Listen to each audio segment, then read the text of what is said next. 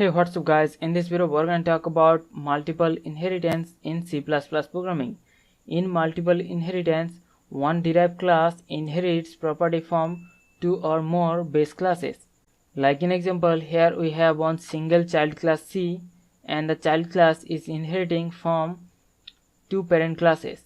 It is inheriting property from the parent class A and also it is inheriting property from the parent class B. And this type of inheritance is called multiple inheritance. And the syntax is, first we have created one class A and then we have created another class B, and then we have created one child class C and we have written public A comma public B, and this way we are inheriting property of the class A and also the property of class B into the child class C. So the child class C has two parent classes, class B and class A. And whenever we use the multiple inheritance, the constructor of the inherited classes are invoked in the same order they are inherited. That means whenever we create one child class and we inherit two or more parent classes, then their order of inheritance decide the order their constructor is going to be invoked. So in this case, first we have inherited class A and then the class B, so the class A constructor will be invoked and then the class B constructor will be invoked. So in this example program we have one class A which has the constructor, and whenever the constructor is invoked, it is going to print class A.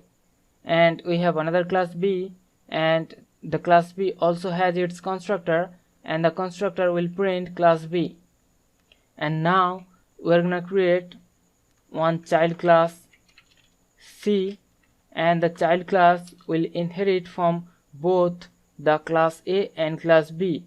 So I'm going to write public A comma public B, and this way the child class C will inherit from the parent class A and also it is going to inherit from the parent class B.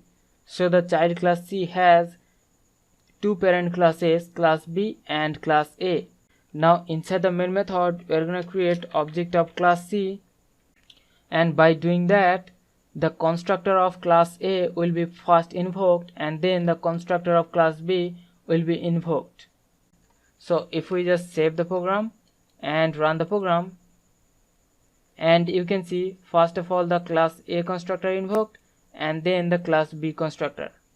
So this is the way we can use the multiple inheritance in our program, where we have two or more base classes and one child class, and the child class will inherit the property of both the class A and also the class B. So hope you understand the concept. We'll see you in the next one. Thank you.